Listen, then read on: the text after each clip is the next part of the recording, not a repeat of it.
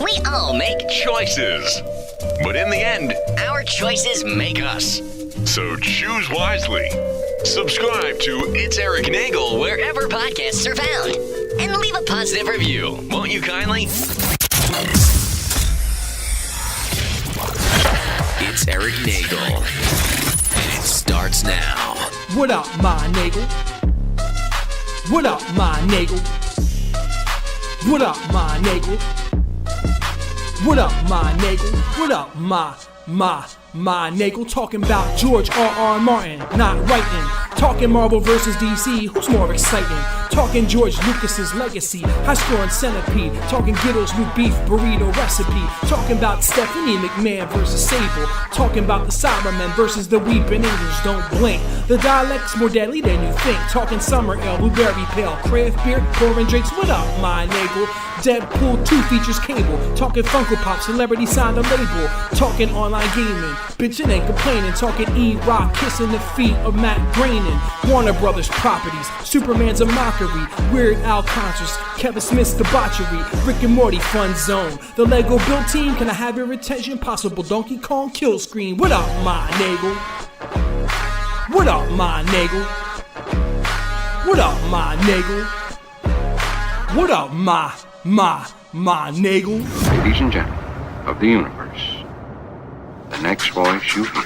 It's Erik Nagel. Hello and welcome to another amazing edition of It's Erik Nagel. I'm not Erik Nagel. You're not Erik Nagel. But you're also... Who are you? I'm the guy who goes by 3 different names on this show. Oh, the Trev's Denvers.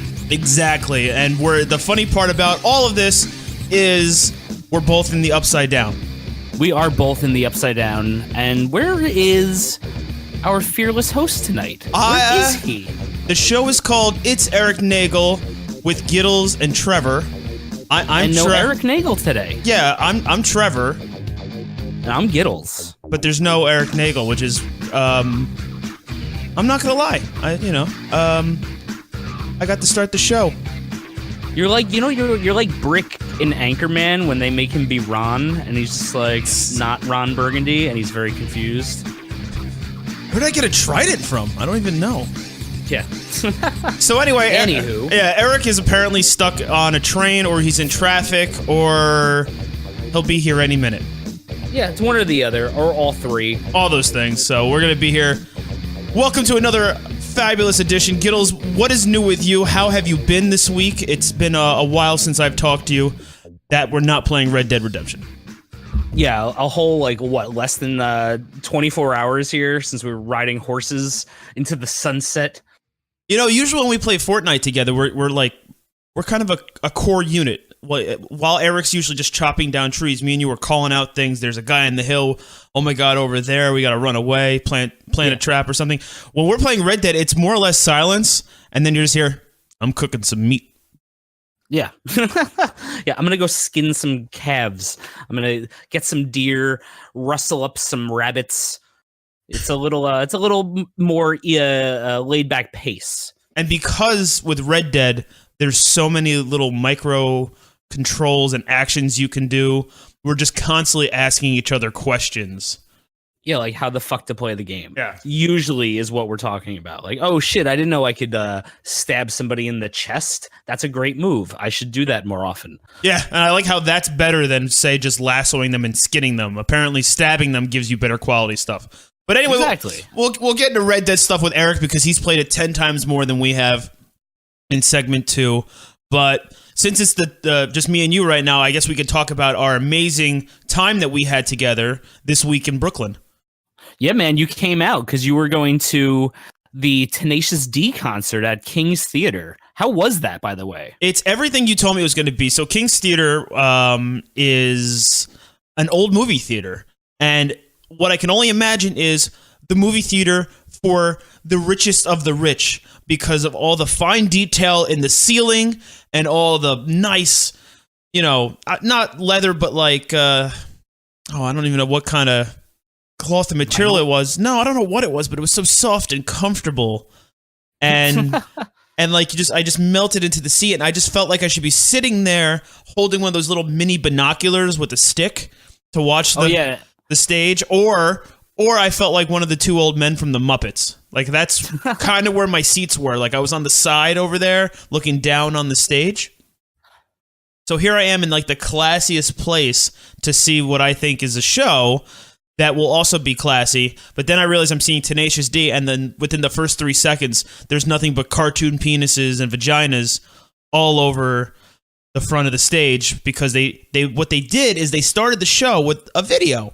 And I haven't been to any other Tenacious D shows before, but they usually follow along whatever the theme of the album is. Pick a Destiny, they went through the movie basically from start to finish with the songs and did some of their favorites after that from the first album.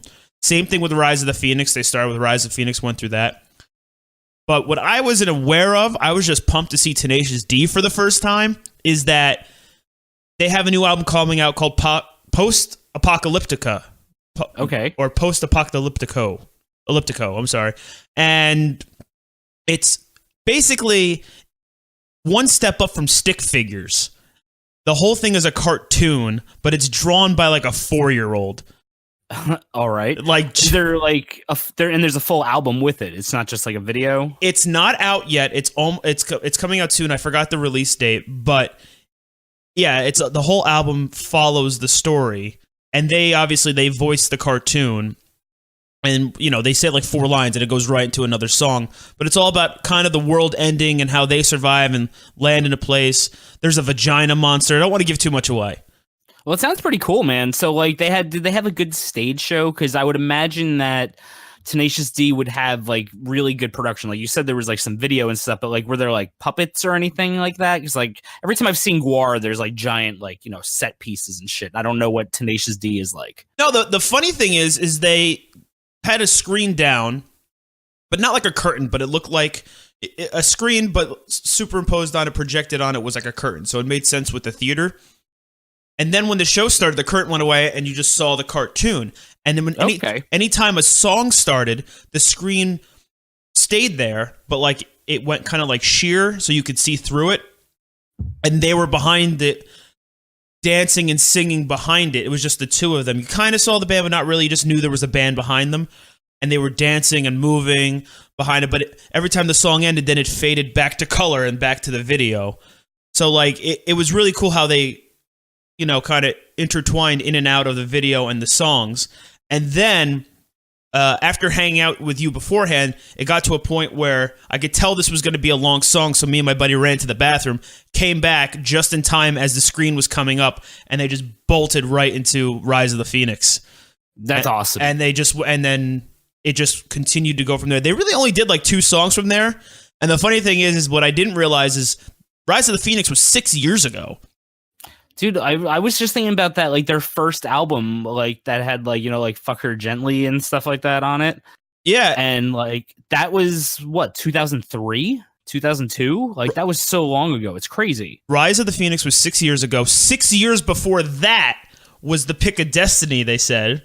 Yeah. And then it was 2003, I believe, where they came out with the first album, which went along kind of, sort of, not really, because Tenacious D didn't just come out with music right away. They had an HBO television show that never really took off.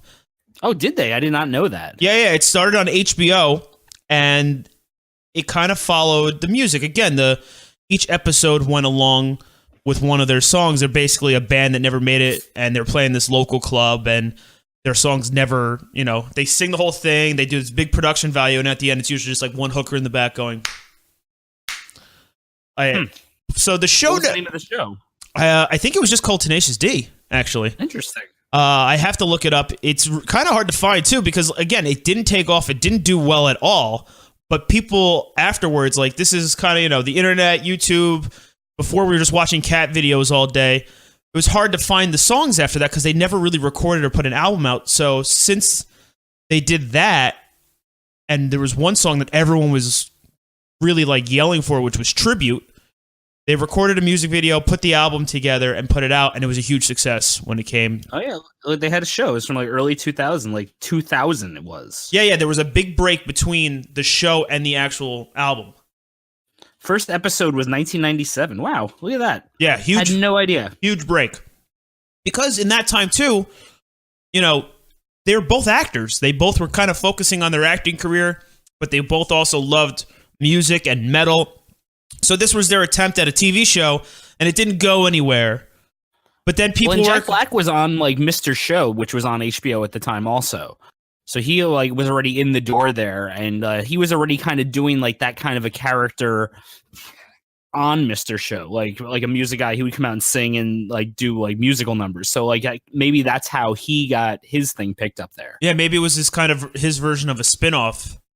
Oh, that's interesting. Yeah, I didn't know that. And yeah, again, like I said, there was a huge gap between everything. And I think it was one of those projects that an actor has or a comedian has that they've always wanted to do. And no matter how long it takes, just like Ryan Reynolds, no matter how long it takes, he wanted to do Deadpool no matter what. Yeah. Jack Black and Kyle Gass wanted this to work. And so after I think the success of the album, and it just kept going, and they did appearances on award shows, and then Jax really started getting known for his, not vocal chops, but his funny songs. And so they put together The Pick of Destiny, which is supposed to explain how the band comes together and how it became a thing and how it really kept going. So, and it doesn't ask you to ignore the first album. It's just like a whole different story / the music just kind of gets, again, they take some of the old stuff, not really too much, but the same kind of feel, and put it on to the next one. So I always wanted to see him. Pick of Destiny, they did a whole tour at Madison Square Garden. At the time, still a little too young to, drive and take the train into the city, because it was like on a Wednesday, I had school the next day. Yeah. I think I was 16, so I wasn't driving myself yet. And after that, I was like, oh, they'll be around again. And then even with Rise of the Phoenix, there was kind of, they put that album out, but they were both very busy, so they were really just doing festivals and really nothing in the tri-state area. So, like, again, missed them there. And they take so long, 6 years in between all these albums, that once I heard they were around, I had to go. And my buddy, we were pumped. And once we found out it was in Brooklyn, we're going to stop by and see you. I said, if we got to do it, I haven't been to Brooklyn senior spot yet. And little did we know you picked the perfect day to drive into Brooklyn from New Jersey. That's all I have to say. Little did I know, or my buddy, because like I said, he just bought the tickets. I didn't know till like the day before that it was the New York City Marathon that day. Yeah, and you're literally taking the route of the marathon to get to me. So like as soon as I saw that, I was like, oh, he might not even make it to me before having to go to Tenacious D. Like there's a very good chance that this may not happen. So the doors are at 7, show's at 8. I love venues that actually put that crap on there. And then I looked up to see when the bridge was going to reopen, because to get to where I am, I got to take one of many bridges. And I'm like, all right, what's the first bridge that's going to open? 3 o'clock. I'm like, I'm going to be there when that bridge opens, because just like you told me, I left my house at 1 o'clock in the afternoon. And if you drive with no traffic straight from my house to Gittles spot, it says 45 minutes. Now, because he lives in the city, it's never, ever, ever going to be 45 minutes. Nope. Not even close. I left my house at 1 o'clock, got to the bridge too early, still closed, traffic was backing up. But it was to the point where I was like, maybe this is, once the bridge opens up, it'll go and there'll be a little bit more of a flow. So I pulled over at a bar, and because the football was on, I figured to sit there for a sec, watch the game, and then we'll get going. Waited a half hour, and the traffic did not ease up at all. Didn't get to Gittles' house till 5 o'clock. Yeah. I left my house at 1. We took a half-hour break, and I wound up at his house at 5 o'clock. Again, a 45-minute drive with no traffic took me 4 hours. Yeah, man. I mean, that's what's going to happen, especially like if you come in on marathon day. I didn't even know there was a marathon. Yeah, well, you did. Like when I texted you the day before, I was like, oh, shit, marathon. But, I mean, like when I have to go to Eric, the train will take me maybe an hour and like 15 minutes or so. And that's mass train. Yeah, that's mass transit. Okay. You got some stops, but still, you don't have to worry about accidents or anything. Yeah, I don't have to worry about any of that shit. And like the BQE is always backed up over here. So I don't know. If I had to drive to you, it would probably take me like a month. I don't know. I'd probably die on the way. Someone would get dysentery. I'd have to like hunt for game. The New Jersey Trail. I try and forge the river, and they're like, "Oh, you fell off the Verrazano Bridge." I'm like, "Oh, But it's I lost a wheel doing it." it's everything that you've learned in Red Dead that will help you survive. Yeah, literally nothing. I'm going to die in the real world. Yet a real bear is going to chase you. Yeah, real bear's gonna chase me and just murder me. I lassoed a horse and it just dragged me off a cliff. That was Ain't happening. That was funny. We got to start doing that on Twitch. Yeah. So that was really my weekend, because all I did again was work after the last show. Saw Gittles, and then after the beers actually were not too expensive there. I think they were only like At King's Theater? I think they were only like $7. When you talk about these big venues, or you talk about any kind of sporting event, $13, $14, $15 easily in our area. I don't know how it is anywhere else. I'm sure it is in the major sporting events, other areas of the country. That's how it is. So when I saw $7, I'm like, oh, that's not too bad. And my buddy owed me a drink, and the sign said shot and a beer. It said $8 at the bottom. So I'll do one of those. I don't care if it's a Pabst and like some bottom of the well whiskey. And he goes, oh, I got that. I'm like, yeah, give me the shot and the beer. I walked away to try to look at the merch, come back. He goes, it said shot plus, no, it said beer plus shot. The $8 was just for the shot. Oh, geez. So he paid $7 for beer, $8 for the shot, and it was Crow whiskey, which I think we were getting as the beer in the shot. We were pre-gaming at for $6. Were we? Yeah, at Goldie's. Yeah, it was getting a little fuzzy there. Gittles took me to a really kind of cool bar in Brooklyn called Goldie's, and I found out early why it's called that. The whole bar is gold. Yeah, there's just gold everywhere. There's and just like fuzzy, like velvet paintings. It's kind of gaudy, but it's a cool spot. Yeah, it's really, and I don't want to say it's a hole in the wall, but like I didn't know it was a bar. Walking up to it, kind of looked like I was gonna walk into a bodega, like the normal door, and then it was pretty cool. It's one of those places that opened in like the last year or so, or maybe like 2 years, but it's like new divey, where they make it like it's a new bar, but they've just set it so it has like, it looks divey, like it's been there for a long time and like worn in, but it's, but everything was new. It's the new thing that people like to do, which I don't mind, because I prefer dive bars over any kind of like club or fancy place. Like I would rather just sit in a dark corner and drink. Yeah, that's my kind of place. I mean, that sounds highly depressing, but at the same point I agree with you, because it was kind of cool how it was dark and dim, and they had some like weird paintings on the wall. There was just a white tiger just staring at us for a while. Yeah, so the Siegfried and Roy tiger. Yeah, and it was cool. I liked it. I'd go back again, no problem. But then after that, I'm realizing how much money I spent in tolls, that place, and then the King's Theater. I've been secluded in my domicile. I don't know if that's the right word. I'm trying to play Red Dead as much as possible. But also, that's the only way to save money. Yeah, that's all you can do. I've just been sitting here streaming and doing what I can. So, yeah, man, I've been like exhausted all fucking week, because every year I'm prepared for daylight savings time by not being prepared. And I don't know if you've noticed, but this year it's like getting dark at like 4 o'clock in the afternoon, and it's ridiculous. I feel like right now it feels like it's about 10:30 and it's 7 o'clock. I've been fucking exhausted all week. I don't know. Like, we got to get over this daylight savings time bullshit. It's a waste. It's daylight. Stupid. Daylight saving time. Yeah, but we're not saving any. It's not like I'm putting it in a fucking jar and using it when it's dark. Like, I'm not saving any time. This is stupid. No. I've been yelled at multiple times this week because I've said daylight savings time, just like you did. I don't give a shit. It's daylight saving time. And anyone who corrects anyone on that is an asshole. They're like the people who's like, oh, it's Frankenstein's monster. I don't give a shit. It's daylight savings time, and I'll say it that way because I'm wrong, and I'm happy being wrong. It's really depressing for me because, as you know, I work morning shift. I get to work at like 3 a.m. the latest, and I'm up early. And then I'm done around like 11, 12, drive home, and I do a 2-napper. Like, I'll nap for 4 hours. I'll wake up, kind of live my life around you normal folks, and then I'll take another 4-hour nap. Go to bed around 9, 10. Us normal folks? Us normies? Yeah, sorry.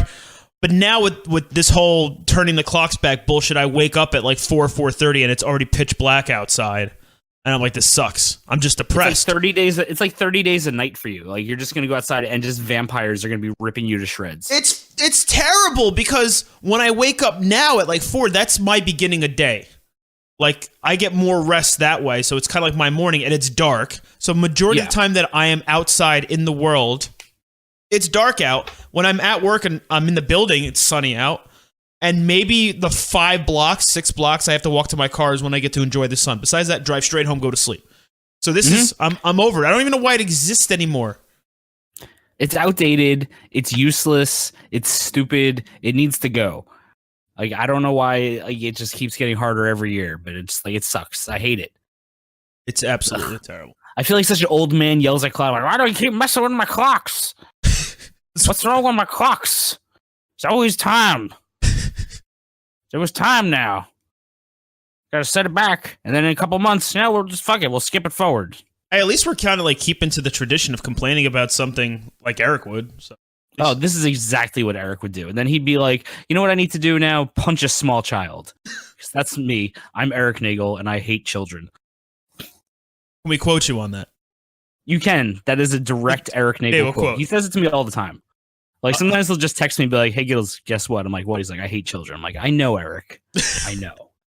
Gittles, cue the update music. Boop, boop, boop, boop, boop, boop, boop, boop, boop. Is that the update music? If it's not, Eric will put this in post. We have an update on Erik Nagel from It's Erik Nagel. We need like a helicopter sound effect. Like, we got an update here on Eric here from the It's Erik Nagel weathercopter. He has just gotten to his car.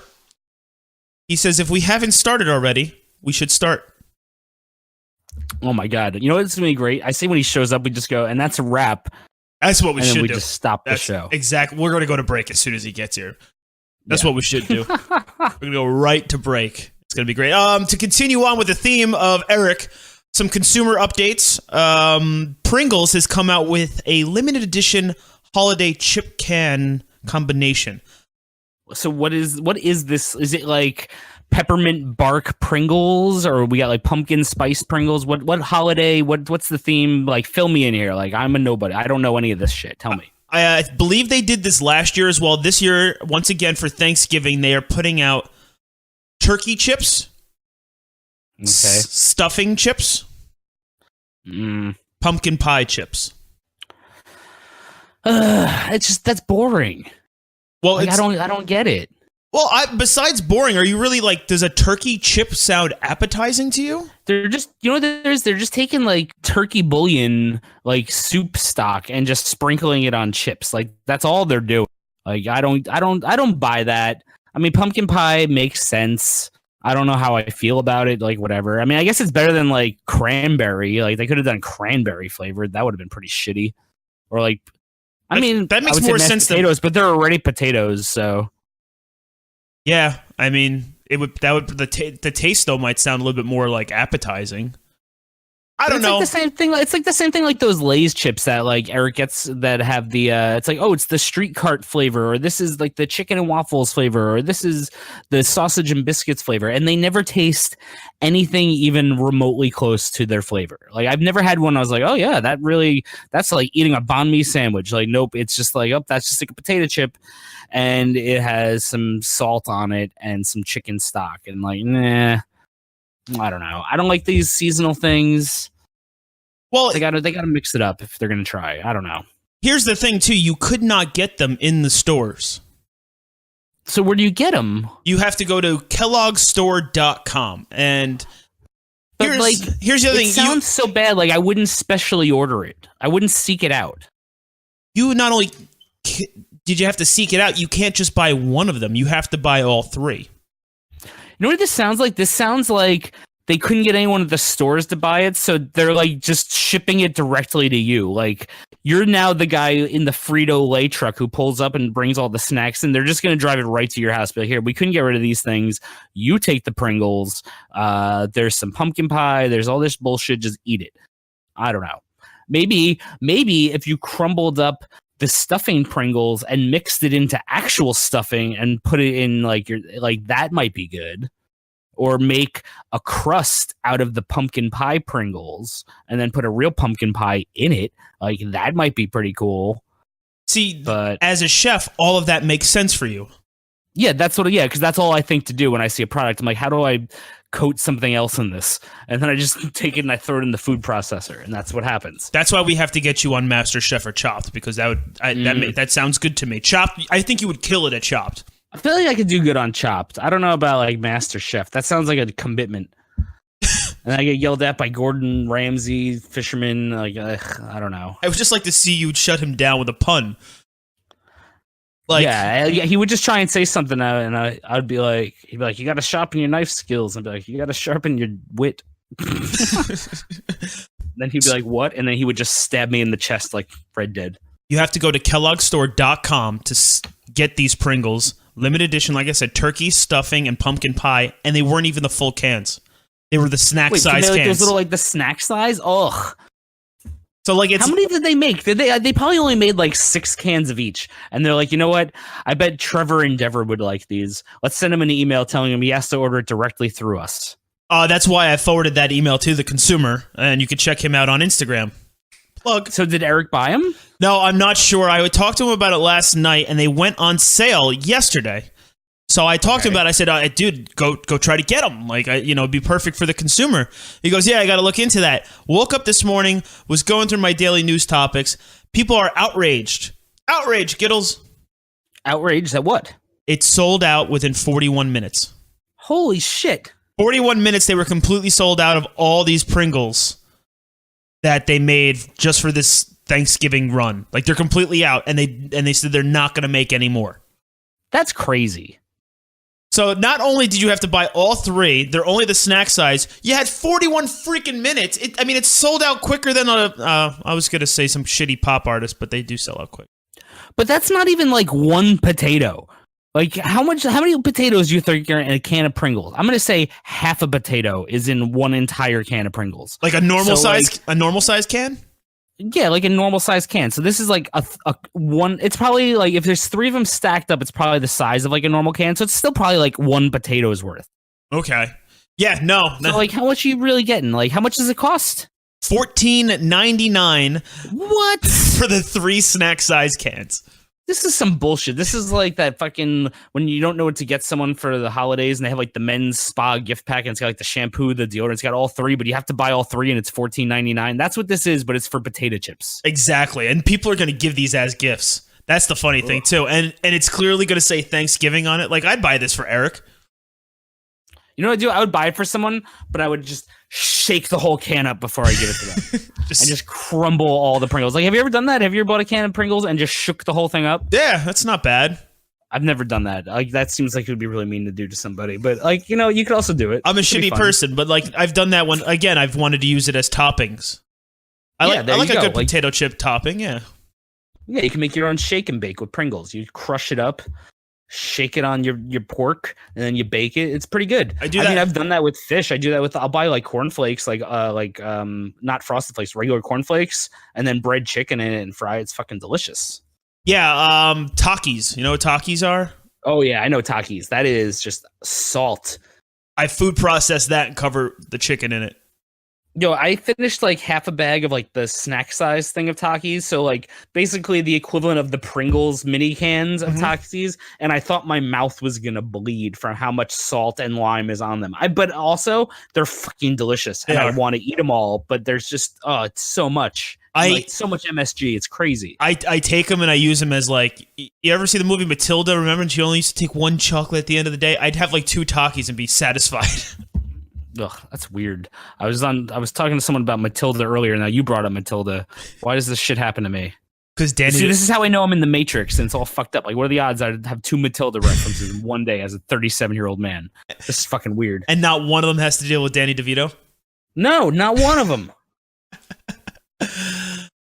Whole time, you might be in the Matrix. You've been wearing these sunglasses the whole time we're recording and not taking them off. So you're having serious conversations yelling at me wearing these like Minecraft-looking sunglasses. My 8-bit sunglasses on? Yeah, Jesus. In more consumer news, you think people were pissed off about the Pringles selling out in 41 minutes. This one was kind of more of a global outrage at this point, just because Which one? 8 million people drink coffee, plus another 8 million. Like, everyone drinks coffee apparently except me. I know you like the Starbucks. I drink enough coffee in a day for 1 million people. Like, when we were at Comic-Con, we visited Starbucks pretty regularly just for you, because I don't drink coffee, like I said. Oh, yeah. and you got the grande event. I don't know what it is. So some huge, the largest, like, you know, that episode of Futurama where Fry drinks 300 cups of coffee or drinks 100 cups of coffee. That's me every day of my life. And when we stopped at that Starbucks, I got the largest one. They're like, "What size would you want?" I was like, "Whatever the biggest size you have," because I don't want to wait on this line for another hour. A bucket. So they're like, if you they just gave me a garbage can. They're like, "Here you go," Yeah. And they just kind of took like a garden hose and put it in it, and I just wheeled it around. It was fucking great. Yeah, I mean, some people say America runs on Dunkin', Gittles runs on coffee. I run a coffee, but yeah. So what's happening now? Because if there's some sort of weird strategic coffee reserves being deplenished, like, I need to know. Like, I need coffee. What's happening? So just like every year, Gittles, Starbucks does their it's close enough. Yeah, does their holiday cup. And I don't know if you remember last year, everyone with anticipation was pretty let down when the cup was just a red cup. Ugh. So I've never been more upset as an American.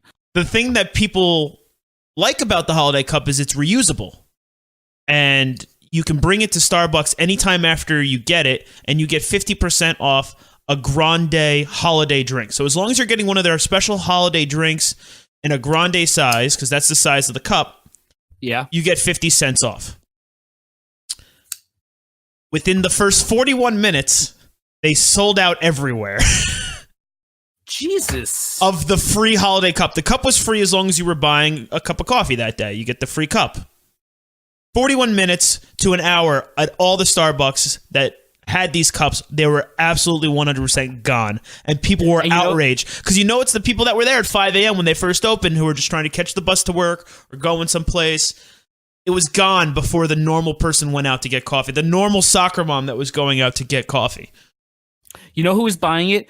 Companies that give out shitty holiday gifts where you get like a $10 fucking Starbucks gift card or like a $20 Starbucks gift card. Did you ever have that happen? Yeah, and then you're like in media. Like, I feel like that's just like the typical gift you get working in media. They're like, "Oh, you're an underling. You just give them a $25 iTunes gift card or some coffee, and they'll be happy." And I think they probably bought out all that shit in 4 seconds. So, we can get all these cups. It's even cheaper. We'll tell them we spent the money on it. They're happy. You just described my Christmas bonus for the last 5 years. Yeah, I know, because we both work in media. That's every Christmas bonus I've ever gotten is either an iTunes gift card for like $40 or $50 or a Starbucks gift card for like $25. And then the bosses are like, "Check out my new Lamborghini." And I'm like, "Fuck you." Exactly. Well, apparently somewhere between Saturday and Sunday, Starbucks checked the back stock room. Yeah. And on Monday, the holiday cups were back. Oh, were they? Yeah, you could buy them for $2.59. So the cup, I still don't want it. The cup they were giving away for free to anyone who bought a coffee on Friday, by Monday they had more, and you had to get charged $2.50. I thought you were gonna say something like they're selling on eBay like a Funko Pop, like, "Oh yeah, the ones if you got the first edition green coffee cup. Oh yeah, you should sell that shit on eBay. You make a lot of money. Flip it." Absolutely. Now, like I said, it only saves you 50 cents. So if you went and got a coffee, I'll take it. Yeah, but if you went and got a coffee every day from now or when it came out, which I believe was last Friday, till it no longer counts, which is January 7th, you would save in total. Let's see, it's $30. That's not bad. I mean, you're also going to spend like $150 to save that $30, but hey, whatever, Exactly. They make you think that you're getting a deal. Now, what Eric posted today on the internet, because like I said, the cups are on display and you could buy them. They put a little sign underneath it that was like, "By using this reusable cup, you're saving 10 cents a day and helping cut down on, like extra garbage in the world." So they try to they try to make you feel better about saving the 50 cents, and then like try to hit your soul, your heartstrings a little bit about saving 10 imaginary cents that you would never spend. It's Starbucks who spends it on the paper cup. Yeah, it's imaginary money. Yeah, and that you're saving the planet. That's bullshit. It has absolutely nothing to do with any of that. No, it doesn't. I mean, I get it. Using reusable cups. I mean, I use reusable cups when I can. But also, sometimes I use paper cups like all the time because I want to get coffees and I don't pay for fancy cups, I just go to the bodega and I'm like, give me whatever coffee I can get for $1. And the guy's like, this is 4 days old. I'm like, I don't care. Give it to me. Ugh. So you know it's old coffee when you put fucking cream in it and it turns gray and not like a brown color. It's like, this is gonna be bad. That's just terrible. I used to have a guy I worked with. He would make chocolate milk every day and use the exact same McDonald's cup every day. Did he wash it? He'd rinse it out. Ew. Now let's put it this way: it was so old that the McDonald's logo on the side, the M and like the red and everything, was completely faded off and yellow. Like the cup turned yellow. Just like the regular paper ones. I'm surprised it lasted that long because if you let like water sit in one of those things overnight, it starts to bleed through. This is how you also knew the cup was old. It was the supersize cup. Like when you used to go to McDonald's and supersize everything. Oh yeah, and it had like the special size and it said supersize on it. Gittles, I don't know if you have your computer readily available. When was the last time that they ever used supersize? I think there was like a lawsuit that said they had to stop it at least 10 years ago or something like that.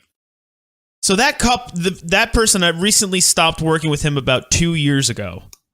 So, so say he got it right at the end 10 years ago, plus another 2. Like he was using that cup for years to make chocolate milk and just rinsed it out every day.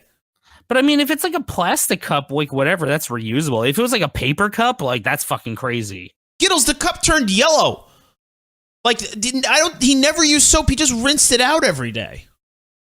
I mean, that's gross. That's all I can say. That's fucking nasty. pretty gross. Like it's nuts. Milk is like something that, you know, from working with milk all day, you get this calcium buildup after a while, and you have to like wash it down with like acid remover because it builds up. And so if you're just rinsing that cup and he's using it for years, like it's probably encased in that shit on the inside. I'm like, because just a little bit will make it stick. And the thing is, like I said, he'd make it first thing in the morning, and he had it all day because it was the supersized cup. Chocolate milk every day. Every day. And who's this adult that drinks chocolate milk every day? And I say makes chocolate milk, like he just took the Swiss Miss packets, poured it in and added milk and stirred it. That's all he did. That's not even what? You're hurting me. Like this isn't a thing that people do. It's like the Swiss Miss, first of all, you're supposed to add hot water to. So I'm sure with milk it's probably better. But also, that's just like a really bizarre, like latte hot chocolate. Like I don't understand that. Yeah, and I don't know. That seems weird to me that you would have that for breakfast every day. And the thing is, too, it's because we got Swiss Miss for free at work at the time, and that's all he used to do. With the little marshmallows in them. I think sometimes the bougie times that we ordered it once a year, probably. But the sad thing is, when the guy was let go, I had to pack up his office, and I did not want to touch the cup. Why not? You should have. Did like everyone else talk about the cup? Everyone knew about the cup because again, were they like, here comes the cup? I'm picturing like Lumberg in Office Space with his mug, like, hey, what's happening? And he's drinking the supersized hot chocolate. Well, yeah, or like chocolate milk in a cup. But wait, how many packets? Like how much milk? Because you said it's a supersized cup, so this is a large cup. Yeah, and he filled it to the brim. At least a 44-ounce drink. Yeah. So how much milk is that? How large was this human being? He was not. I'm taller than him, and I'm 5'11". But like, 6. how tall was he wide? It's weird. Was he a large man? Like, no. How do you drink that much milk every day? He's one of those. Not become fat. He's one of those guys where like he's like normal size and everything, but like from like the side, his ass stuck out. Like he wore mom jeans. It was because like his ass was so big. Like he wasn't fat. Yeah, he wasn't fat, but you could tell all the milk went to his ass. It was weird. But like again, everyone talked about the cup because he'd walk around or he'd make it or he'd sit there and drink it while he's doing commercials. And it's yellow, but not like yellow like the crayon. It's like you stained your teeth 40 years from smoking yellow. Like, ugh, smoker's teeth yellow. Gross. No, thank you. Nope. It's like that. It's like that shitty. Yeah. No, I'm just picturing all this in my head, And I'm thinking about like coworkers I had who had like weird things like that, and just like, nah, just throw that out. Get something new. Use a cup from the kitchen. Put it in the dishwasher. The election was this week for the House and the Senate, and as you know here on the show, governors, whatever. As you know here on the show, we don't talk about politics, so we're not going to talk about it at all. You go with that? Yeah, I'm fine with that. I'm fine with not talking about politics this week. It's been too crazy. The last day has been fucking insane. So stop. We said we just see. This is the problem. You can't see what you did. I said the word politics. Well, it's because it's been a crazy week. All right. Well, we're running around saying 2 + 2 is 5, and half the country's like, yeah, that's right. I don't have a button. I don't have a button to turn. Oh, wait, I do have a button where I can turn you off. There you go. So anyway, I'll put you back on because otherwise it's just me talking. Fine. I'm talking to myself because there's no Eric. But yeah, we're not doing that to the listeners this week. You know why? Because there's no Eric, and I'm in control. Ha ha ha ha! I'm sure Eric will want to say something. He's going to edit this part out, and that's going to be the best part. And if he does, I won't know because I don't know if I'll listen. But tweet at us. Although, actually, you probably won't hear it at all. We're going to take a break. When we come back, hopefully, we have Eric from It's Erik Nagel as our special guest. Gittles finished Castlevania on Netflix. Yeah, such a good show. Listen to these ads we don't get paid for, and we'll be right back. It's Erik Nagel. More It's Erik Nagel. Next. It's Erik Nagel. Follow the show on Twitter, Instagram, Snapchat, YouTube, and Facebook at It's Erik Nagel. We're back with It's Erik Nagel. A 1 and a 2 and a 3. Go. I don't know what you're doing here. I don't know what this whole new... A 1 and a 2 and a 3. And a go. I don't know what this whole fake enthusiasm thing is, but... Go. If I go, I'm hanging up. Ugh. Hello, welcome to It's Erik Nagel. I'm finally here. Trevor and Gittles in the Upside Down. We'll get into everything in just a moment. Looking at last week's box office, coming in at number 1, Bohemian Rhapsody. Did anybody go see it? No. All right, I want to go see it, but apparently the reviews are not what I thought they were going to be. You guys were telling me last week that a lot of people were a little on the whole thing, and now I'm reading people's reactions to have seen it, and it's not doing as well as they expected. It only did 51 million. Nowadays, you have to do at least near 100 in order to have a successful opening weekend. Because it was so packed, I was able to see Halloween. How was Halloween? Really good. I enjoyed it thoroughly. It was a good continuation. Right. Short, sweet, to the point. Had the same kind of scares as the originals, and some good throwbacks to the originals. And I enjoyed it thoroughly. I was quite surprised. All right. Well, that came in at number 5, considering it opened at number 1 the weekend before Halloween. After Halloween, everyone's right on to Christmas. It dropped right to number 5.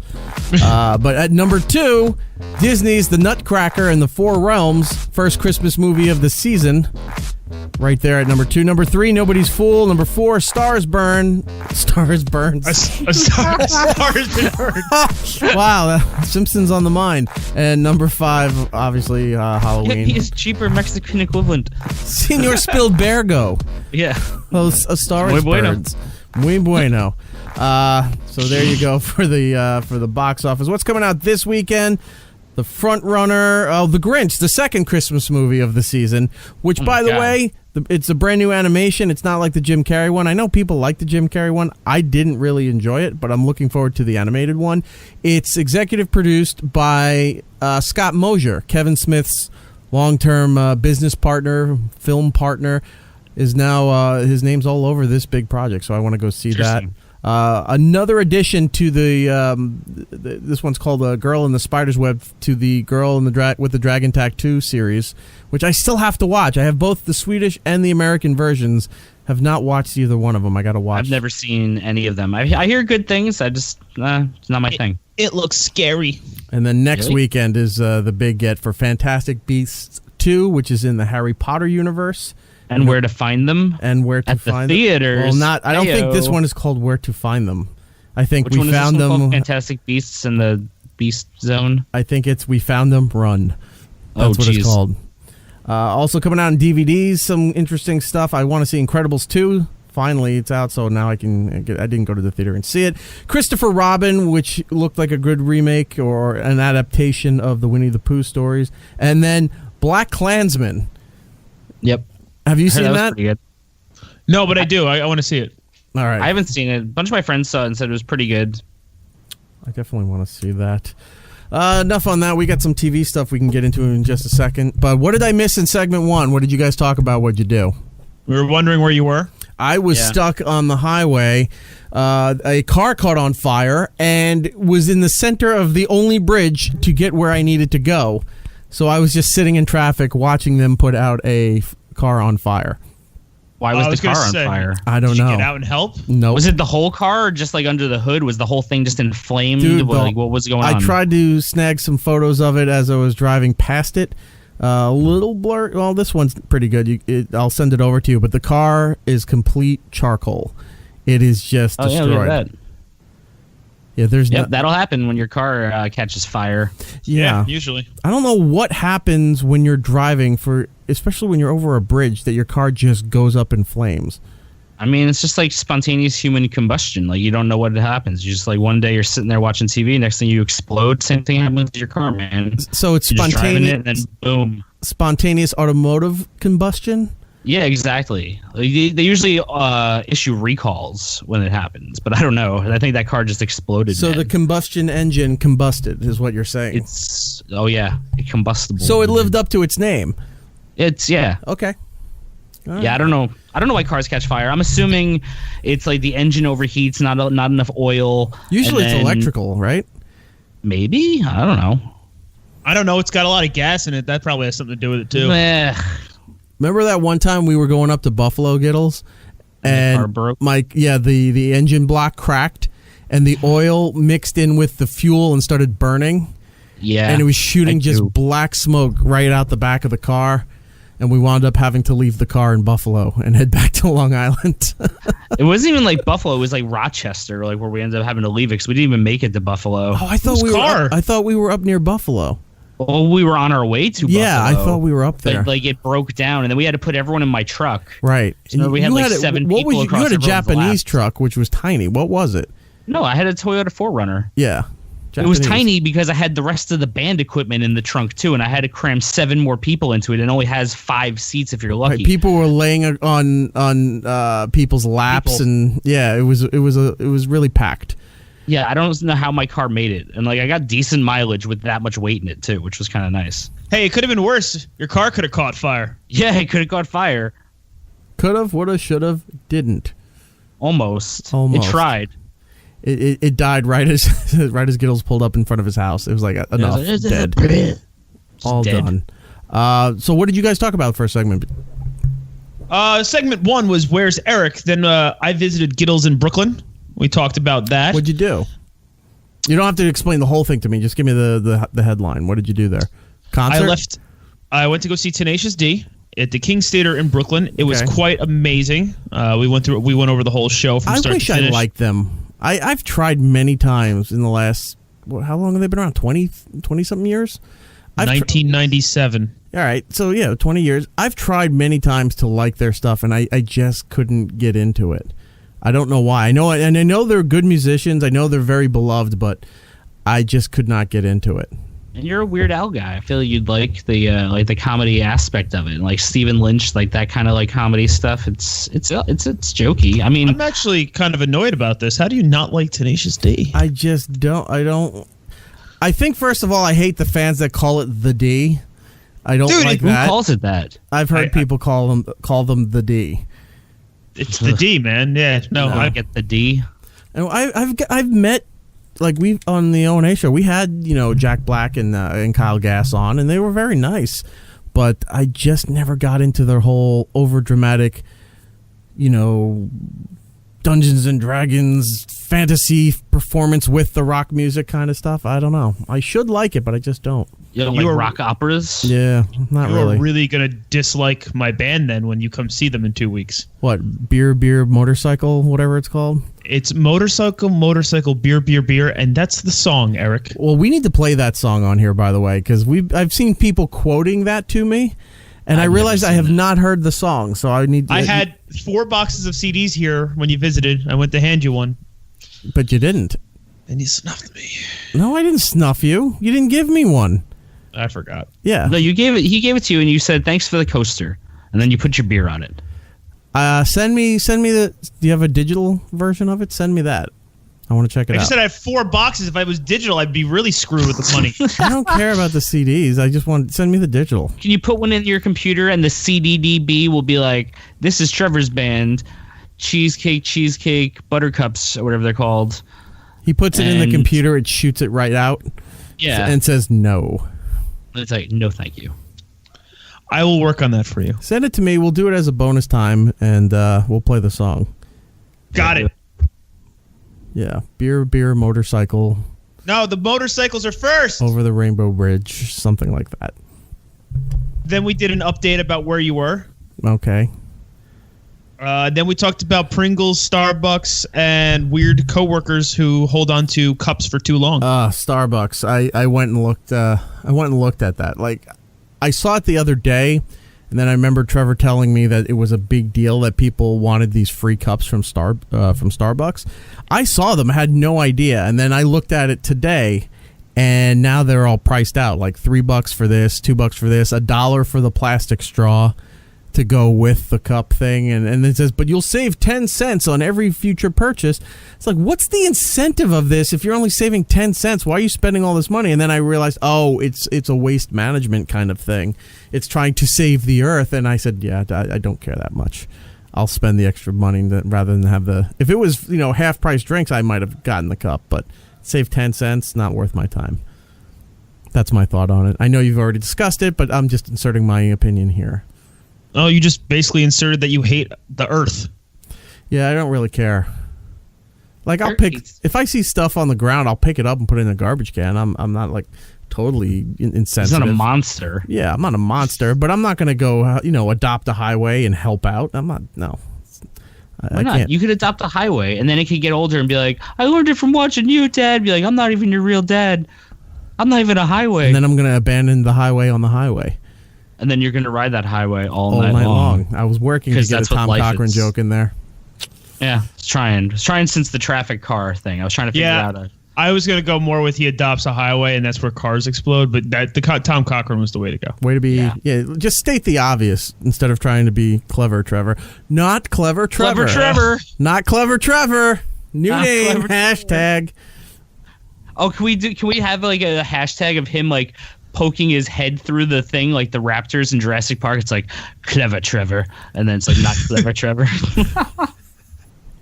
Yes, we'll do clever Trevor and not clever Trevor, like people are doing that. Me during the 2016 election. Me during the 2018 election. Me during the not clever Trevor hashtag creation. By the way, did you talk about the election or stuff at all, or no? In detail. So no. Okay. No, we did bring. We mentioned the election. Okay. So I'm assuming you guys went and voted. Oh yeah. Yeah, we voted. I don't care if you did or not. It doesn't mean anything to me. I went and voted. I wanted the goddamn sticker that everyone was putting on their Instagram. Why? Why do you want the dumb sticker? I wanted to conform to society. I got the sticker, but I didn't use it. I didn't get the sticker for the second hate time that. I voted All in these this town. people Look, I think I still have it right here. It's in my pocket. I didn't even take it off the thing. I just have it. You could sell it to some like 19-year-old girl that wants to be, trendy. So I'm gonna save this sticker and use it every election. You should know what you should save that sticker for, and do it for Christmas, because no one's expecting it. And he's Just like, "Merry Christmas, everybody! I voted." My sticker. That's what because it was driving me nuts. Everybody was posting, "Here's my sticker. I voted. I participated in the process today." You're supposed to participate in the process to vote. But you get a sticker now. You don't need to flaunt it. Like, look what I did. Yes, so did millions of other Americans went and did the same exact thing. You don't. It's another example of everybody trying to make it about themselves. It's a sticker, Eric. Now you could say, well, voting is about ourselves. It's about our country. Yes, it is as a national platform. But you're saying, oh, I did all this stuff, but look at me individually and focus on me specifically. And that's where you just go, who gives a shit? I wish they were the yellow banana stickers from Metalocalypse. Wow, I did. That's really an obscure reference. No way, because it's stickers, and they get stickers. It's like, and they get so obsessed with the stickers. Like, I want another yellow banana sticker. I don't know. Oh. That's where my brain went. Well, voted. Things happened, and life moves on. Yep. Ralph Nader 2020. The seatbelt She's still guy. around? Yeah. I don't know. Seatbelt guy. That's all he did. Seatbelt guy. He, in the 80s, he was part of a big push for tougher restrictions on the way cars were built and seatbelt laws and things like that. But then all he's done is ruin elections ever since. Speaking of seatbelts, did you see what scientists in Europe are worried about with the self-driving cars? Yes. No. I'm all for that. And in fact, I want to be in a car while watching that. Not in the same car, but be in the car next to it that's self-driving to watch the other self-driving car when those events are happening. You want to tell the story, What Trevor? events are happening and what's happening in these cars? Scientists are concerned that the self-driving car is going to now turn into self-driving brothels. Oh, of course. That people, since now they will have time to not, put their hands on the wheel, they will put out hands on each other, and eventually prostitutes will be using them to, be able to move around and do it in a safe place and a dry place. Here's what society... You know how fast you were going? I clocked you at 30 and then at 60 and then you went to 0. You went from like 110, 110, 110, 110. Yeah. No, I don't know what's happening. Here's but I wonder how even just logistically how that would fuck up the car. Like it's self-driving and you're just rocking it back and forth, just like going down the street like this, with the Johnny Cab driver from Total Recall just sitting there. He's like, "Where are we going?" Yeah, you knock it off course. You ever have a GPS fuck up and it thinks you're in the middle of the water, like if you're crossing over a bridge? And it doesn't recognize the bridge. You're like a half an inch away from the bridge, and somehow the car thinks you're plowing through the water. No, that's never happened to anybody. Every day of my life. Recalculating. No, not even the recalculating. I've had it where, this is going back at least 10 or so years ago, where you had the dashboard navigator instead of it built into the car, like the TomTom or Nav something, Garmin. right? Garmin. Where it would screw up because it didn't sync right with the satellite, and then it would flash the hazard thing because it thought you were in the water. But no, I'm on the Verrazano Bridge. I am not in, I'm not in the Atlantic Ocean trying to get to Staten Island. I am actually on the bridge, and the thing's flashing, thinking that you drove into the river. And even if I did drive into the river, one, what business is it of theirs? And two, what are you going to do if I am in the river? Flashing your red light saying you're in the river is the least of my concerns because guess what? I'm in the river. Yeah, and if you have flashing red lights underwater, it's just going to attract sea monsters to your car, which are going to devour you. Right, They're and gonna be that's how blinking red light, Cloverfield starts. Food. Godzilla's just going to be like, yo, I'm eating that motherfucking car. And then TomTom's going to be like, why are you inside Godzilla? Yeah. Be like, fuck you, TomTom. TomTom, no, I'm not in the river. And all of a sudden you hear, bing, hey, this is Tom from OnStar. I hear you're in the river. Is everything okay? Yes, mind your business, Tom. Yeah, but why are you in the river? None of your business. I'm paying for your service to let you know when I have a flat tire, or if, say, I lock the keys in the car and you can unlock it, or maybe roadside assistance for other incidents. But what I'm doing and where I'm going is none of your business, Tom. In fact, I am canceling this tomorrow morning because of your rude intrusiveness. If I survive, and then all he hears is as you're drowning in the car. And underwater. then you know what? He has to live with that. Fuck you, Tom. Yeah. And then he My sends out a business. tow truck, and it's like GTA, and the tow truck just drives in, and then they send in another one, and they just keep sending in more tow trucks. Are you saying the river's like a glitch? It just disappears and then restarts again? Kinda. Endless time loop. Yeah. Imagine you just keep seeing a tow truck disappear into the river, and then it shows up a block away and keeps doing it over and over, and you're like, what is going on? It's just respawning. Bill Murray's driving a truck with a gopher. But that didn't go into a river. That was him trying to kill himself. Fucking No, TomToms. but he anyway. I get what you're going for, but it was in the wrong instance, is what I'm saying. Wait, what were we even talking about? This feels like that Rick and Morty, and it's like, wait, what were we doing again? Sorry. Oh yeah, we were in Sep Morty's teacher to get good math grades. Yeah, that's right. We're talking about self-driving cars and how they'll become mobile brothels. I'm all that's for right. that. Yeah, dude, that's gonna be great. Who cares? Again, what business is it of theirs? What's going on in the car? Then you know what's going to happen is there's just going to be another company that makes fancy tinted windows, and that's all that's going to happen. I mean, that can be an issue, but here's the thing. They'll probably have cameras in there, and it will be monitored at some point, just like, some taxis. Or, from what I found out about the Ferris wheel that's in Vegas, there are... Is it self-driving? It is self-driving, but when you get, it goes very slow because it's filling every car, and then it's got to do a couple of spins before it starts letting everybody off. So it takes a little while. It takes like half an hour to do the whole thing. Jesus. So when you're on the Ferris wheel, apparently that if you're in one of those little cable car things that are on the Ferris wheel, and you try to do something, you don't know that it's being monitored. And I saw something online where it flashes stuff all on the screen, like lights go off and everything, if you start doing something inappropriate, and it starts telling you on the screen to stop doing that, and people, like, you're being monitored. So people start fooling around on this Ferris wheel thinking that they're above Vegas and nobody's looking, and really there's a security system downstairs where everybody's getting flagged over. Another one. Oh, look, hey, come here. They're fucking. Come look at this. They got a that screen. Just give me down a at the great bottom. idea for like a new horror movie, and that's like the new Saw, and the guy is like watching everyone in the car and has to make them do something, but they're all locked in the car and they're on the camera, but they can't get off the Ferris wheel. That'd be a good movie. Well, they're also worried about pimps buying these cars and giving them to their ladies.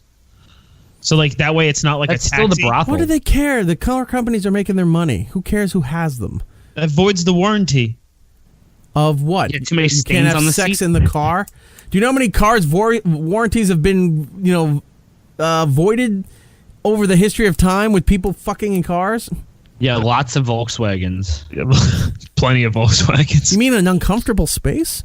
I get back my Volkswagen. I'm all for it. Who cares? Yeah, who gives a shit? Who gives a shit? Really? Like, you could be doing worse things in there than fucking. Dude, all right, so do you know people are going to be doing drugs and drinking because they don't have to drive? Yeah. They're going to be doing that stuff. Who cares? Still illegal to have an open bottle container in a moving vehicle. But it doesn't matter. People are still going to do it. Oh yeah, absolutely. And I this mean, people still do it now. And this is the thing. This is another thing that society and governmental bodies don't understand, is that the adult industry doesn't develop the technology, but they perfect the technology.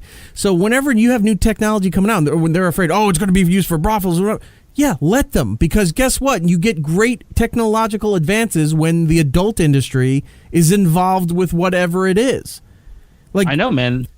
The VHS tapes, when that came out, it was a big deal because now you could record at home. But at the early days, the late 70s maybe, you had VHS and you had Beta. And you know the reason why VHS won out? Because of the adult industry. The porn industry said we can produce our movies and distribute them cheaply and effectively by using the VHS over the Beta. That's why it won. Same reason when we had the Blu-ray and HD DVD is because the adult industry leaned towards Blu-ray and it was more cost effective. That's why HD DVD went away. That's why the internet, thrived. It started out as an educational tool and a communication tool, but it thrived because of the adult industry. The same thing with the phone, anything else. It has good intentions. It has, humane intentions and aspects and supposed to do wonders for the for the world, but you let the adult industry in, and then they find the better ways to use this stuff. And then when you see how they're doing it, like, we can take those things and apply it to everything else that's not the adult industry. It's totally true. Like before the Hubble telescope, it was just a regular telescope, and then like adult industry got it, and they're like, "Yo, Hubble," and then boom. They're like, "Wow, we can see past this universe, this solar system. We can see the rest of the universe thanks to the adult industry." Exactly.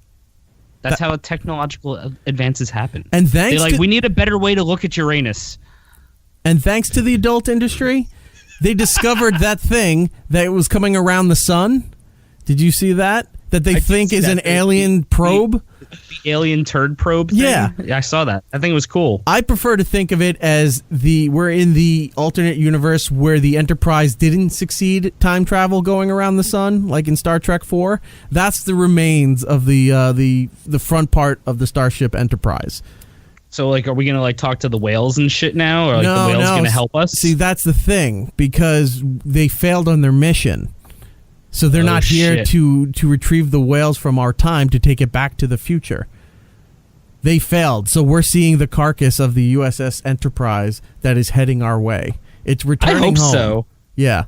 Like, I mean, I read that article and I was like, you know what? That's believable to me. Like, everything else is kind of crazy right now. So, like, why wouldn't an asteroid just be an alien probe that was sent here to look at us? Like, Why that makes not? perfect sense. Because if their technology is that advanced, it's sort of like camouflage. You know, Yeah, I would totally dress up like a rock. Yeah. Like, they're going to be looking for spaceships. That's what the rest of space looks like. Like here on Earth, you have camouflage.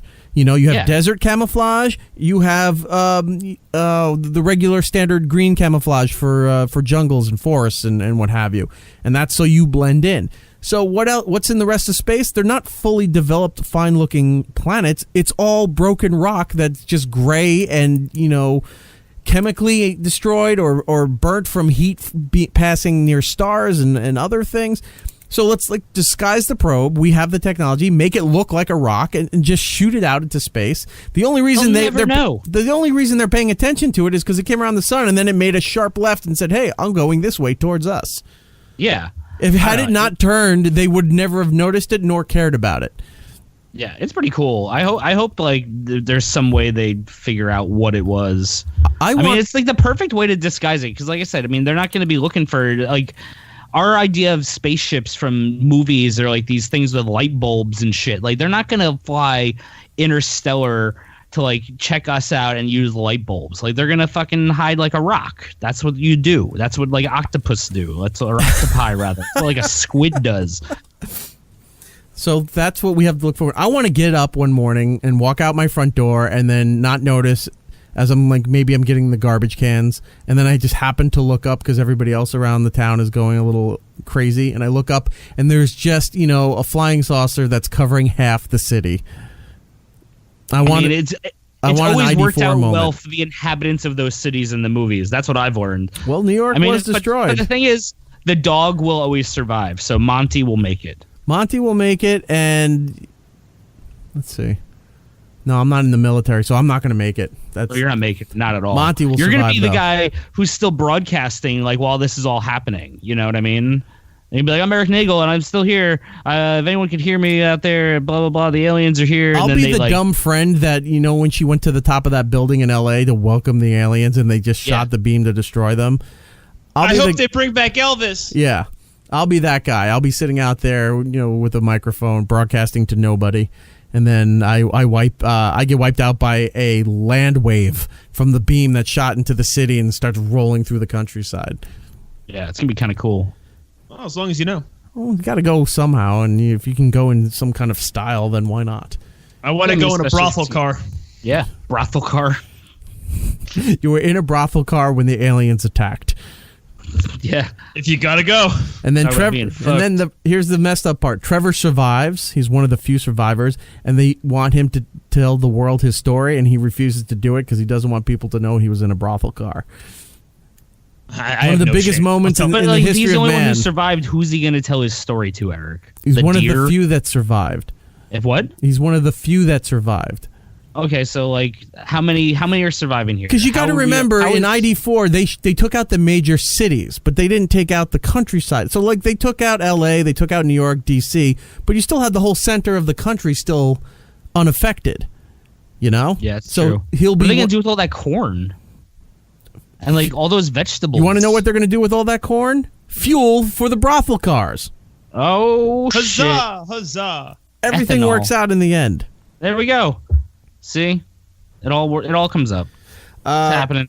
Everything came up. Millhouse. Let's go to do some TV stuff, and then we can get out of here because I'm dying to hear what you guys were talking about in the first segment. Television stuff. You are going to be highly disappointed. Oh my god! I'm sure everybody's already disappointed because they're hearing. They've already tuned out. Done. Yes, they've already canceled. There's like 5 minutes. Like, nope, not doing this. Sorry. They're like, the Triddles show sucks.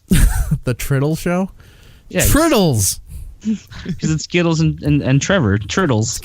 It's Gittles and bits and gravy. See that or Giver, which sounds like something stupid. Yeah. Giver. Like Gaver. Sounds like somebody you yell at an animal in the South. Giver. Television. Gittles, you saw Castlevania. You finally finished it? Yep, I finished all of season 2. I kind of binged it because it's such a good show. Did you watch season 1 beforehand? What's up? Did you watch season 1 beforehand? I didn't rewatch season 1. It was only 4 episodes. I remembered it for the most part, so I didn't really need to like rewatch it. I might actually go back and rewatch it tonight, just because I miss Castlevania and I want to watch more of it. Yeah. So I watched the first season of Castlevania. Jesus, it was like a year and a half ago. It was a long time ago. And then I rewatched the 4 episodes for season 2. Plowed through season 2 in a night. It was so good. The Dracula sequences in there were amazing, and my only concern, without getting any spoilers in there, is where do they go with it for if they do a season 3? Because the last 2 episodes were kind of just them picking up the pieces of everything that was going on, and there really didn't seem any direction other than the female vampire looking to somehow seize power. Camilla? Yeah.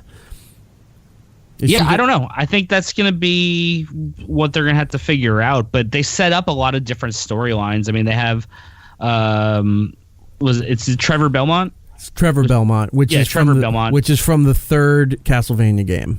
Yeah, and like, you know, he's going off on his own adventures. You have Allegard is back at the castle. He's doing his stuff. You got Camilla setting up her stuff. So there's a lot of different things that could happen. Did Cypher go back with the group, the Watch, or whatever they're called? The Cypher's with Trevor. Okay. Oh, that's right. Yeah, she went off with him. So it's like there's a lot of different storylines going, and I think they can really tell a lot because that whole city is still invaded.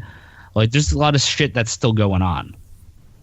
Well, Trevor, you got some homework to do. Remember when we wanted to call him Trevor Belmont and he didn't know what that was and he said it was stupid? Who's laughing now, Trevor? I didn't know what you were talking about. Instead, I'm watching something different. What are you watching? I'm watching The Chilling Adventures of Sabrina. How is that? Now, I do want to watch it. It's on my list. Is it chilling?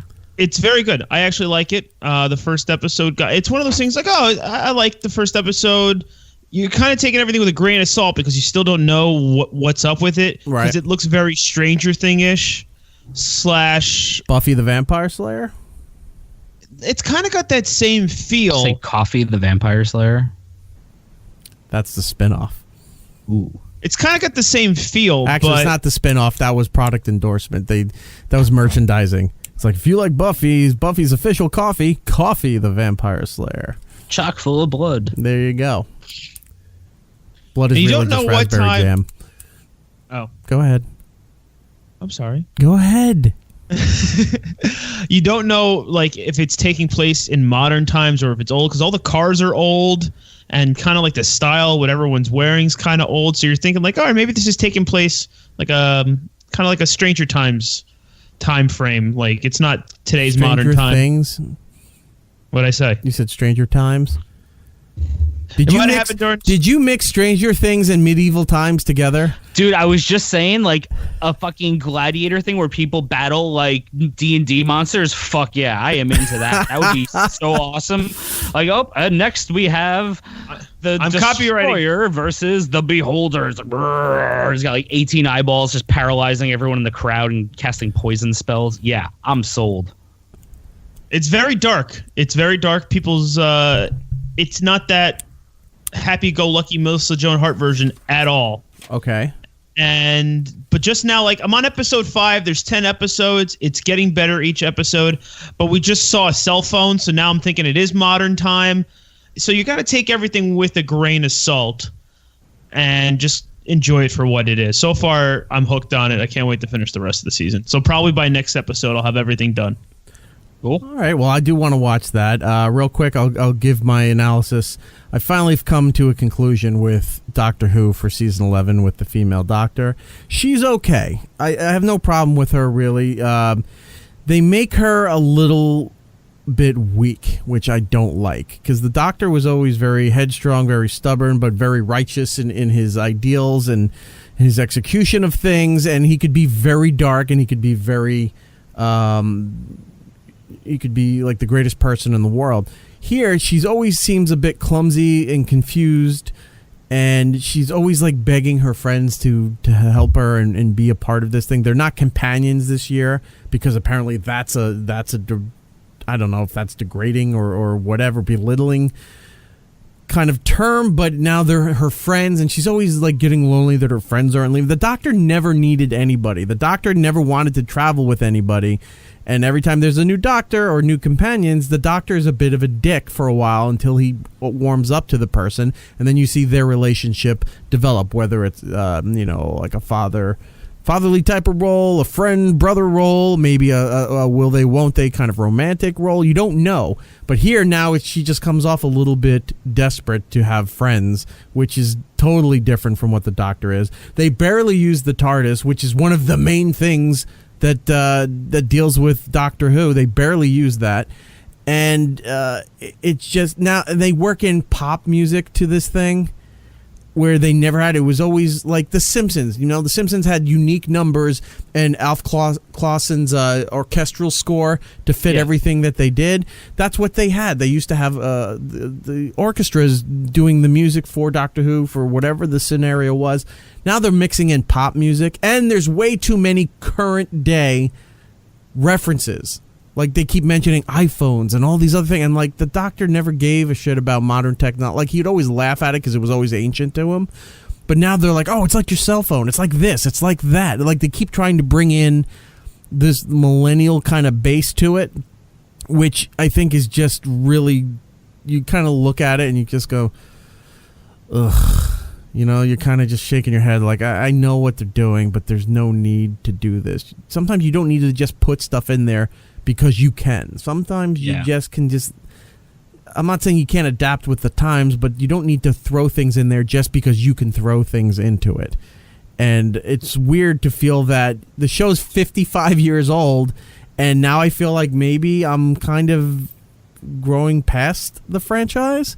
If they keep going this way, it happened. The previous Doctors and storylines, the writers, showrunners had a great way of weaving in the past and some of the classic villains and things into the show, where like you get all this brand new stuff, all these new adventures, all these new people, but you'd get a taste of the old mixed in to keep it grounded or whatever. Here it's like we're going to pretend none of that happened, and we're just going to go off and do this, and it's like a whole retelling of the Doctor. Like, everything before it doesn't really matter. We're doing this now, and she's holding hands, and everybody's happy, and it's just kind of... I don't know. I've never really watched the show, so I can't really give an opinion on it. But I haven't really heard anyone talking about it. I usually see people like at least talking on Facebook about it, but I haven't seen anything. So I'm going to say something, and this is going to come off the wrong way. I understand that, but it still needs to be said. I was a little iffy about having the Doctor become a female, but a lot of the fan base for Doctor Who is female, and they were pushing for it. And the new showrunner and the BBC decided they wanted to listen to the fan base and made the Doctor a female. That's fine. Not complaining about that. I was very unsure. I know Matt didn't like her just because he thinks she's a horrible actress, and that's perfectly fine too. He's allowed to have that opinion on it.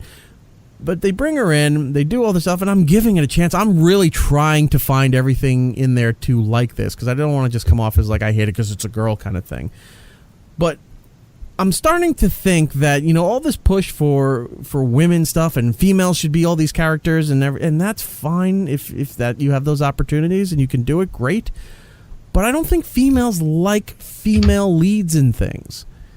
Like Doctor Who had a huge fan base, especially since the continuation of the franchise 10 years ago, because they loved the Doctors. They loved the Doctor and this, I'm talking about the female audience. They liked him because he was cute, or he was witty, or he was funny, or he whatever adjective you want. But they loved him because in the three aspects of the Doctor, in a fatherly role, in a brother/friend role, or a sort of romantic interest role.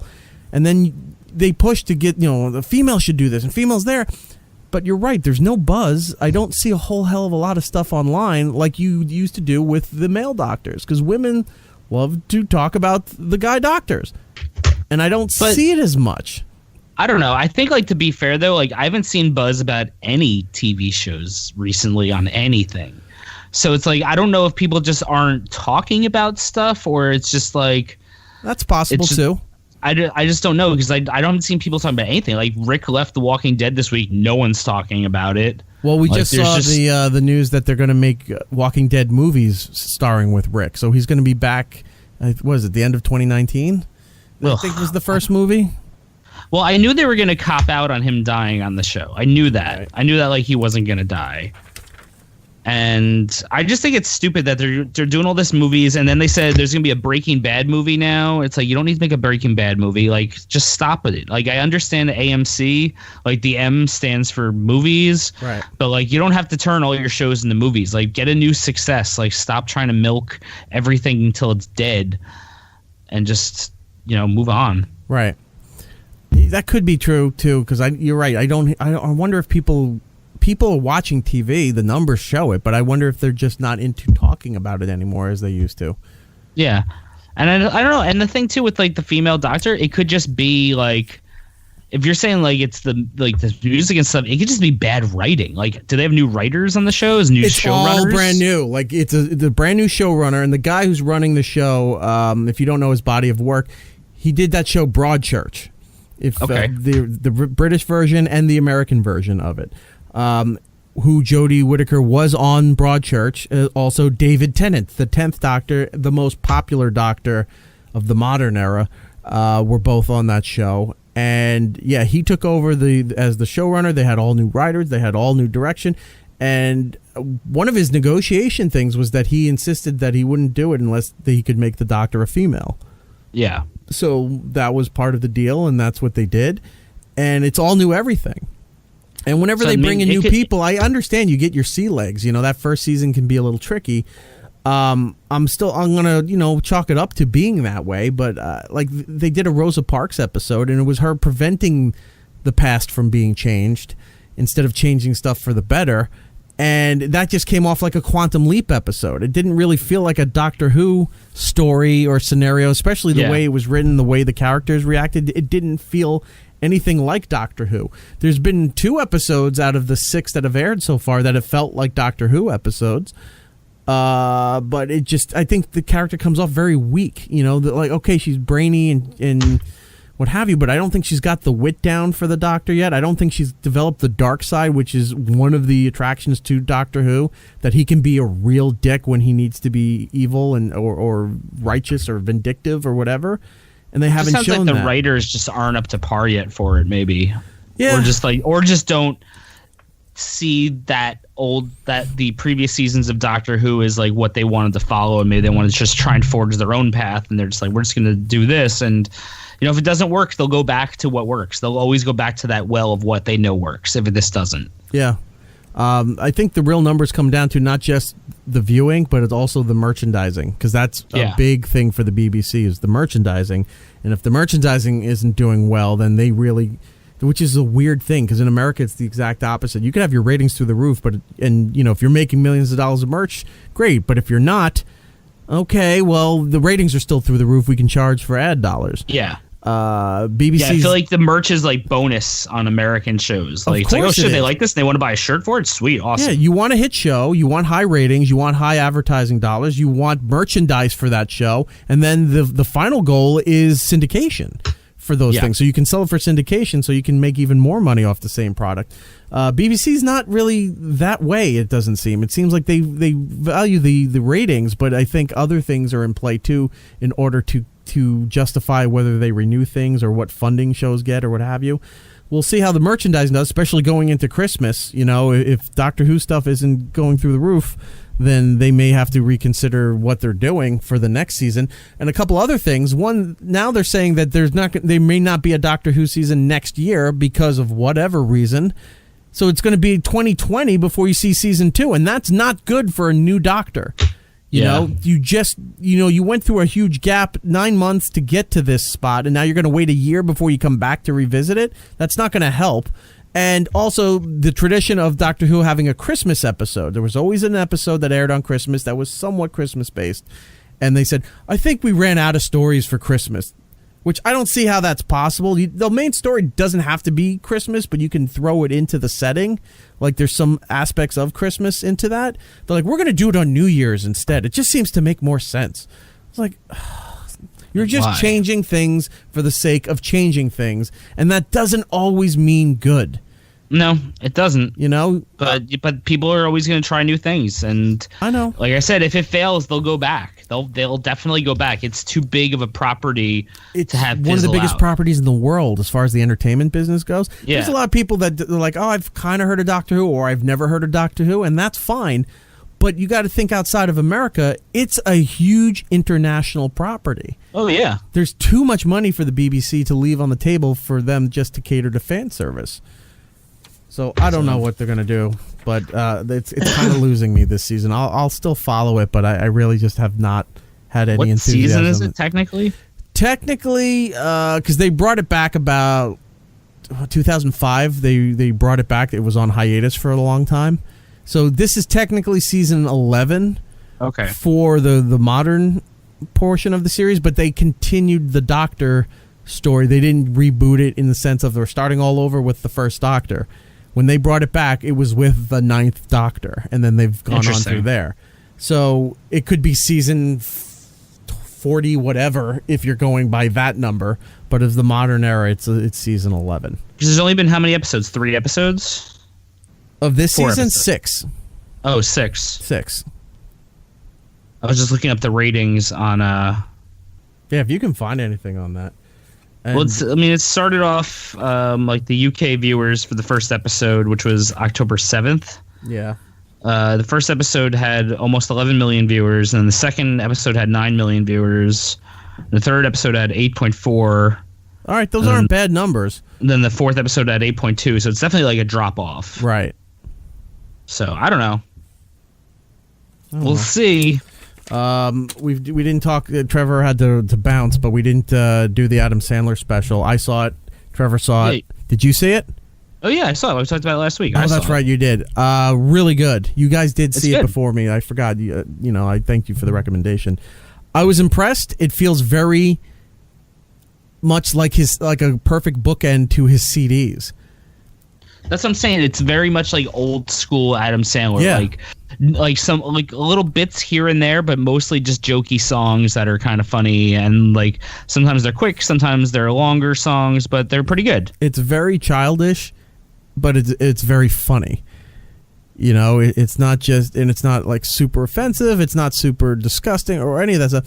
It's it's exactly when he started with "They're all gonna laugh at you" and Stan and Judy's Kid, and I forgot what the second album was called. But anyway, those CDs through the 90s that were huge. Like, I didn't know anybody who was a comedy fan that didn't know those CDs.